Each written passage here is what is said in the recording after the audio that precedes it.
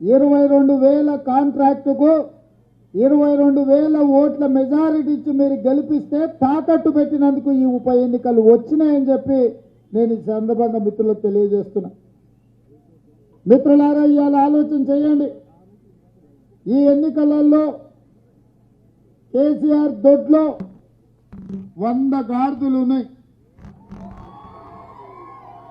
101 గాడిద వచ్చినా గడ్డి మేయడానికి వనుకొస్తుంది తప్ప మీ గట్టిప్పల్ సమస్యలు ప్రశ్నించడానికి, మునుగోడు జూనియర్ కాలేజీ తేవడానికి, చౌటుప్పల్ డిగ్రీ కాలేజ్ తేవడానికి, చౌటుప్పల్లో మినీ ట్యాంక్ బండ్ తేవడానికి, శివన్నగూడెం భూ నిర్వాసితుల సమస్యలు ప్రశ్నించడానికి, కిష్టాన్పల్లి రిజర్వాయర్ పూర్తి చేయడానికి, డిండి ప్రాజెక్టుకు ఢిల్లీ నుంచి ప్రత్యేక ప్యాకేజీ తేవడానికి, పాలమూరు రంగారెడ్డి ఎత్తిపోతల పథకానికి జాతీయ హోదా ఇవ్వడానికి, లేదా మా చేనేత కార్మికులు ప్రాణ సమానులైన చేనేత కార్మికులకు జీఎస్టీ 18% పెంచింది రద్దు చేయడానికి, దేనికి కూడా ఈ టీఆర్ఎస్ సన్నాసికి ఓటేస్తే ఉపయోగం లేదు. ఈ సంగతి మీకు తెలుసు. 2014లో ఈ పాస్వాన్ల కూసుకుంట్లని మీరు గెలిపించారు. 5 ఏళ్లలో ఆయన ఎలుగబెట్టింది ఏం లేదు. వచ్చే మండల కేంద్రం ఆగిపోతే కనీసం మీ తరఫున కొట్లాడింది కూడా లేదు. ఇక రెండోగా ఆయన 2009లో ఎక్కడో వ్యాపారం చేసుకుంటుంటే వ్యాపారస్తుని తీసుకొచ్చి ఎంపీ టికెట్ ఇచ్చి కాంగ్రెస్ పార్టీ కార్యకర్తలు తమ రక్తాన్ని చెమటగా మార్చి గెలిపించారు. 14లో ఓడిపోతే ఎమ్మెల్సీ ఇచ్చి మళ్ళీ గెలిపించారు. 18లో ఎమ్మెల్సీ ఉండంగానే మళ్ళీ ఎమ్మెల్యే టికెట్ ఇచ్చి మీరు 22,000 ఓట్ల మెజార్టీతో గెలిపించారు. మరి కాంగ్రెస్ పార్టీ ఇన్ని అవకాశాలు ఇచ్చి పెంచి ఇంత పెద్దోన్ని చేస్తే ఇవాళ బొడ్లో కత్తి పెట్టుకొని తిరుగుతున్నాడు ఆయన.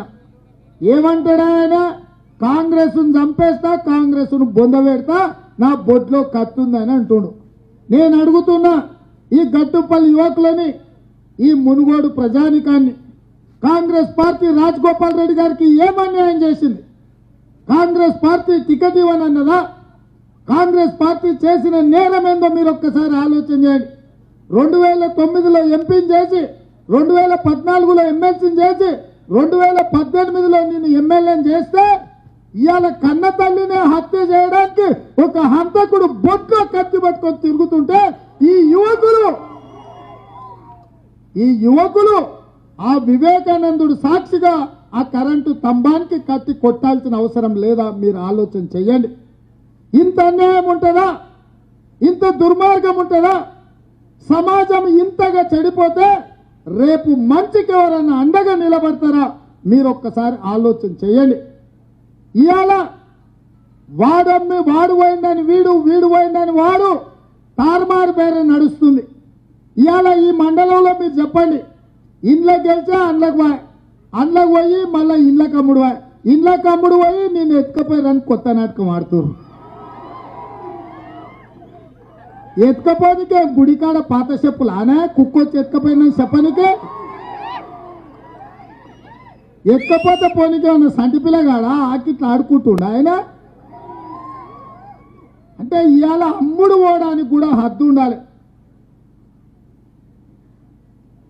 అనకూడదు, కానీ ఎక్కడైనా మానం అమ్ముకునేటోళ్ళకు కూడా మర్యాద ఉంటుంది.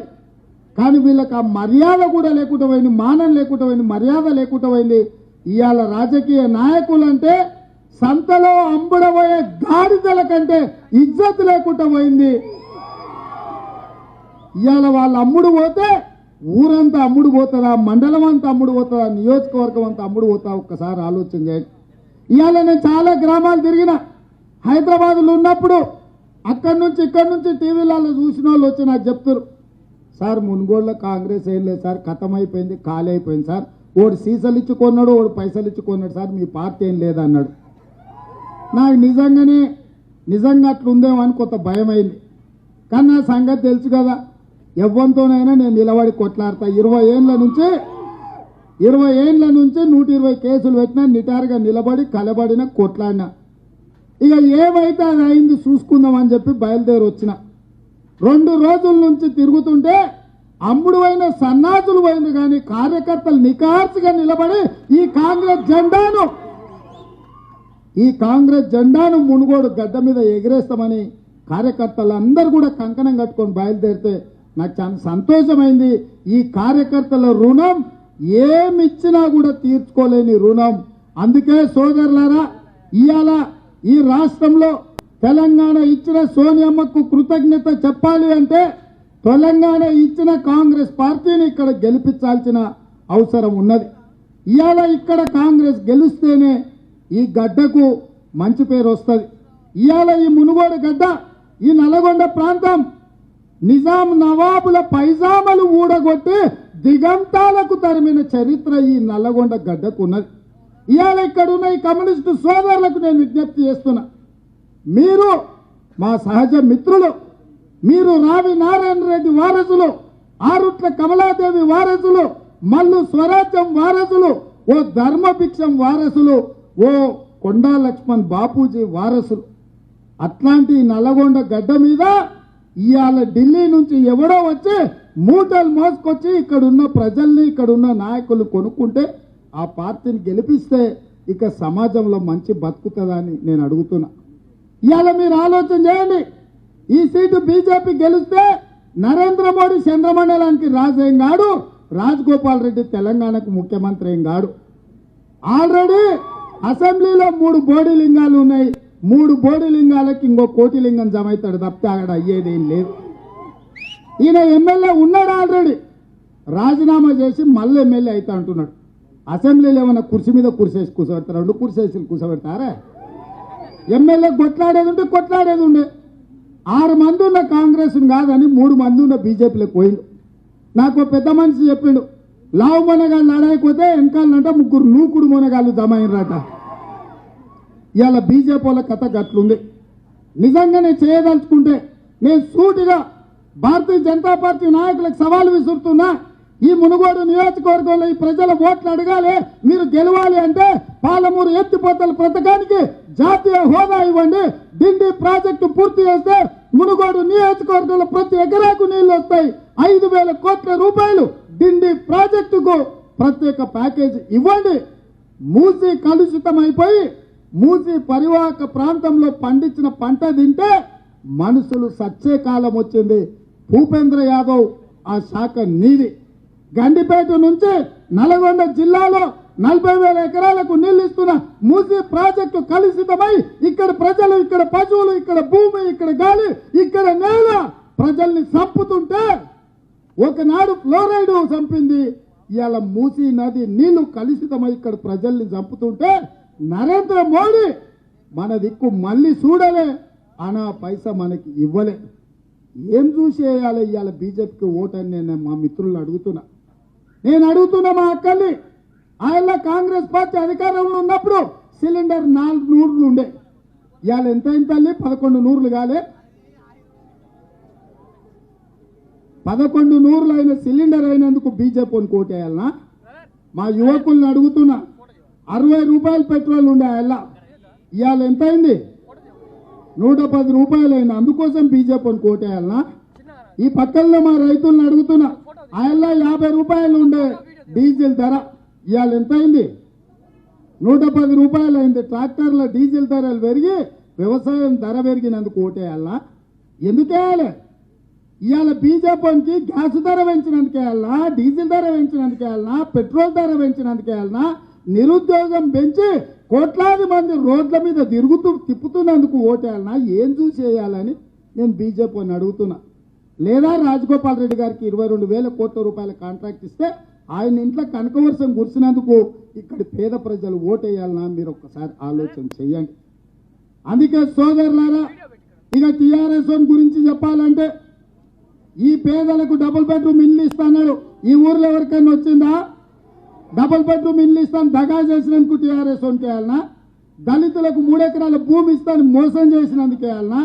గిరిజనులకు 3 ఎకరాల భూమి ఇస్తాను మోసం చేసి రాచకొండ గుట్టల్లో కాంగ్రెస్ ఇచ్చిన 10,000 ఎకరాలు లంబాడి సోదరుల నుంచి గుంజుకున్నందుకే అలా ఇంటికి ఉద్యోగం ఇస్తాను శివన్న గుడి దగ్గర చెప్పి మన నెత్తిన శతకోపం పెట్టినందుకు వేయాలన్నా రైతులకు ₹1,00,000 రుణమాఫీ చేస్తా అన్నాడు 7-8 ఏళ్ళు అవుతుంది తడిసి మోపెడై మిత్తికి అసలుకు వడ్డీకి కలిసి 1,00,000 2 లక్షల పైన అయింది బ్యాంకోడు మనల్ని నమ్మకొచ్చిన అందుకే అన్నా లేకపోతే వీడు వచ్చి ఆన్లాకని అందరికి పోసి క్వార్టర్ ఇచ్చి హాఫ్ ఇచ్చి ఫుల్ ఇచ్చి ఫుల్కు 2 ఫుల్లులు ఇచ్చినందుకు ఓటేయాలి దేని చూసేయాలి టీఆర్ఎస్కి ఇట్లాంటి సమస్యలన్నింటినీ ప్రశ్నించే గొంతు అసెంబ్లీలో ఉండాలి ఈ మునుగోడు నియోజకవర్గంలో 12 సార్లు ఎన్నికలు జరిగితే 12 సార్లలో ఒక్క ఆడబిడ్డ కూడా ఎమ్మెల్యే గెలవలే 13వసారి శ్రీమతి సోనియా గాంధీ గారు ఈ మునుగోడు పెత్తనం ఆడబిడ్డ చేతిలో ఉంటే ఈ సమస్యల మీద కొట్లాడుతుంది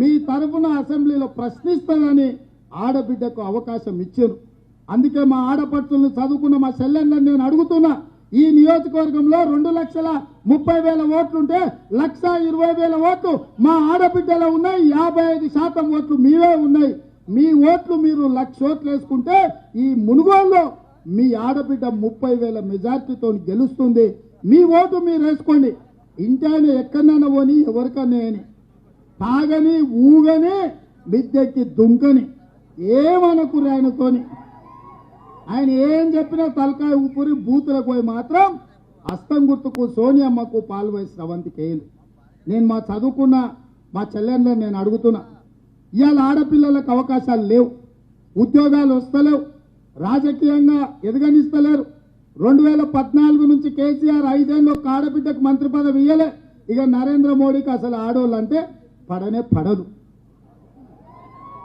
అట్లాంటి వాళ్ళకంటే సోనియా గాంధీ గారు 10 ఏళ్ళు ప్రభుత్వంలో ఉంటే గీతారెడ్డి సబితా ఇంద్రారెడ్డి సునీత లక్ష్మారెడ్డి డికే అర్ణమ్మ కొండా సురేఖ 5 మందికి ఈడిచ్చారు రేణుకా చౌదరి పనబాక లక్ష్మి ఢిల్లీ కృపారాణి పురుందేశ్వరి ఢిల్లీలో మంత్రులు ఇచ్చారు 10 మంది ఆడబిడ్డలకు సోనియా గాంధీ గారు రాష్ట్రంలో కేంద్రంలో పదవులు ఇచ్చారు లోక్సభ స్పీకర్గా మీరా కుమార్ని చేశారు రాష్ట్రపతిగా ప్రతిభా పాటిల్ను చేశారు అంటే కాంగ్రెస్ పార్టీ ఎప్పుడు అవకాశం వచ్చినా ఆడబిడ్డలకు సముచితమైన గౌరవం స్థానం ఇచ్చారు అందుకే చదువుకున్న చెల్లెల్లారా మిమ్మల్ని అడుగుతున్నా మీ ఇంట్లో మీ అమ్మ నాయనను ఒప్పించండి ఈ ఒక్క ఛాన్స్ ఆడబిడ్డకి ఇవ్వండి లేకపోతే ఎప్పటికీ మీకు భవిష్యత్తులో ఏ అవకాశాలు రాకుండా అవుతాయి మీ అమ్మమ్మను మీ నాయనమ్మను మీ తాతను మీ నాయనను మీ తల్లిని మీ చెల్లిని